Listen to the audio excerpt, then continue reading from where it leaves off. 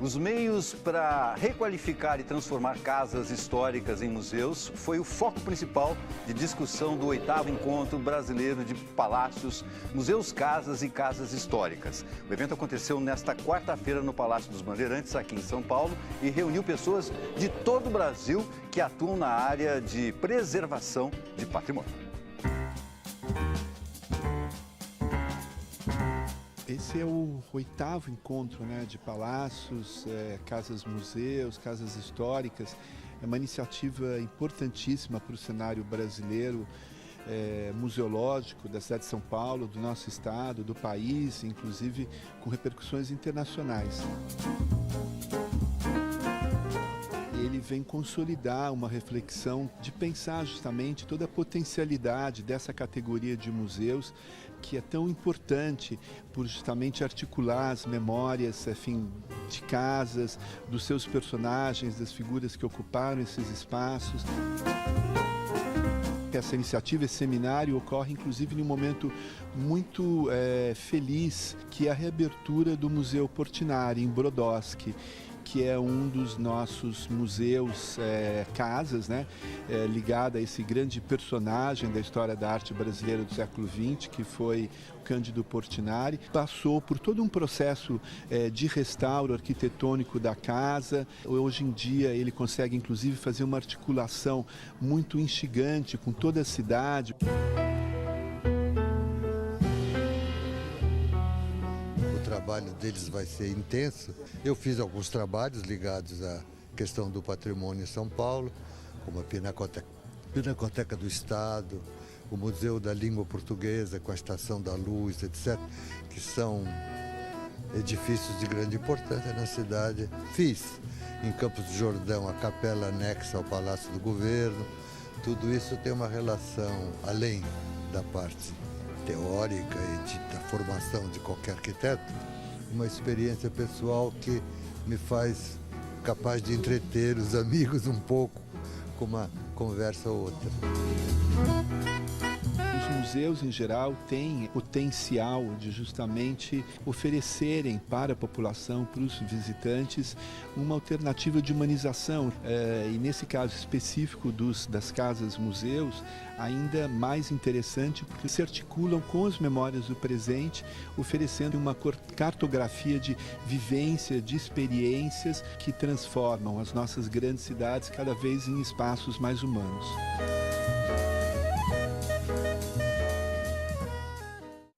Continuando então, as palestras acabaram hoje, mas as visitas continuam amanhã e sábado.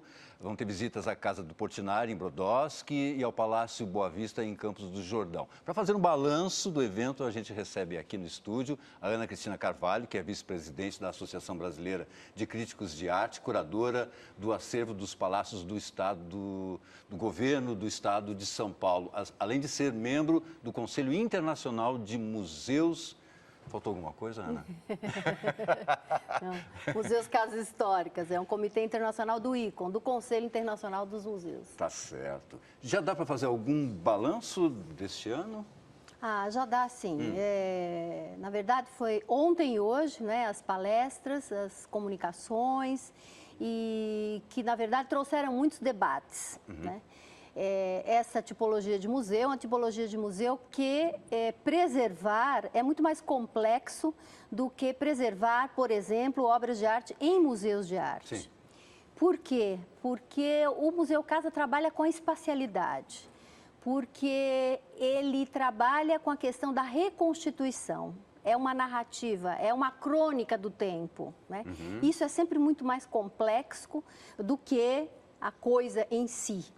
E como disse o nosso arquiteto, o Prêmio Pritzker, o Paulo Mendes da Rocha, na conferência de ontem, preservar casas históricas é não só lembrar a memória, mas estimular justamente as emoções ali presentes. Claro. Então, esse é o grande desafio do Museu Casa Histórica, e por isso que há muitos desafios na preservação, na museografia, enfim, em todos esses recursos que hoje existem em todos os outros museus. Melhorou bastante nesses últimos 8 anos? É uma pergunta. esses encontros realmente são locais de reflexão, é onde as pessoas dessa área se encontram, é onde as pessoas aprendem uns com os outros, muitas vezes pequenos museus, porque os nossos museus casas, fora os palácios que têm espaços mais generosos, mas os museus casas são pequenos museus, diferentemente dos mega museus, né, de hoje, com um grande número de visitantes. Normalmente os nossos espaços são menores, são casas, né? E como essas casas históricas, eles têm muitos pequenos museus e aqui, esse ano, o foco foi o estado de São Paulo. Certo. E foi muito interessante porque vieram pessoas de muitos lugares do interior, até pequenos museus em pequenas localidades que aprendem com as experiências dos outros e trazem também para nós situações extremamente criativas, às vezes até com poucos recursos. Claro. Eu vou mostrar aqui, porque eu achei bastante interessante, o livro que você está lançando, que se chama São Paulo, Olhar os Museus, Olhar a Cidade. Que é exatamente isso, né? Que é bem colocado. Que São Paulo deixou o clichê de lado, né? O clichê de ser uma cidade de trabalho, e assume essa questão de ser uma cidade que as pessoas vêm procurar para fazer turismo cultural. Não é? E não só teatro, não só procurando musicais, mas conhecem a cidade através dos museus, que é isso que você procura mostrar aqui, não é isso? É verdade, você fez uma pergunta, quer dizer, o que é que mudou nesses anos todos, né? Eu acho que tem uma coisa muito importante que mudou. O conceito de museus hoje não é aquele museu mais tradicional, ortodoxo, parado. Ele tem a ideia de movimento, de impacto no local, no entorno em que ele está. Então, isso é uma questão muito importante. Por isso é que a gente olha a cidade, né, por meio dos museus e dessas coleções que lá existem. E São Paulo é uma metrópole que tem 150 museus e centros culturais, porque... São 150, eu vi esse número, achei, nossa, eu acho que eu não conheço os 150. Eu acho que eu trabalho há bastante tempo, então tem muita coisa para conhecer ainda. Muita coisa para conhecer, tem muitos lugares que são pequenos tesouros que estão ali escondidos, eclipsados, né? E que o livro mostra isso e conta também um pouco a história dos bairros, de como eles nasceram, de como eles foram criados e também as antigas funções, muitas vezes, desses edifícios onde estão abrigados esses museus, né? A maior parte, inclusive, dos museus da Secretaria de Estado da Cultura são museus em edifícios históricos, tombados. Aliás, um dos debates do nosso encontro desses dias foi a questão do tombamento, né? De um lado, o tombamento como ideia de intocado, de morte, e do outro, a ideia de valoração, de atribuição de valor social.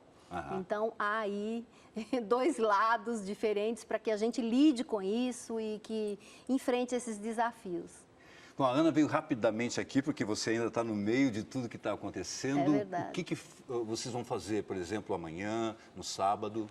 Pois é, esse encontro ele inclui uma coisa essencial, que é a prática nos museus, que é visitar os próprios locais. Então, a ideia é não ficar em sala de aula, né, num espaço, mas sim vivenciar os ambientes, porque o museu casa, ele articula a casa, a coleção e o personagem, porque sempre são as pessoas que viveram, que habitaram aqueles espaços, né?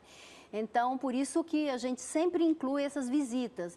Amanhã vamos a Brodowski, visitar a Casa de Portinari, que tem um trabalho muito interessante com a cidade, com o local, e uma interpretação da casa, do espaço onde ele viveu também bastante importante. E depois para Campos do Jordão, para o Palácio Boa Vista, que também é um museu casa cheio de preciosidades, com coleção magnífica. É maravilhoso. Bom, Ana, muito obrigado. Obrigado por você ter achado um tempinho, uma brechinha na sua agenda, que está super corrida, não é? E parabéns pelo seu trabalho. É sempre um prazer estar aqui. Obrigado. E compartilhar com vocês, Opa, né? necessário. Essa paixão que a gente tem pelos museus. Claro, nós também aqui. Fazemos a nossa parte na medida do possível.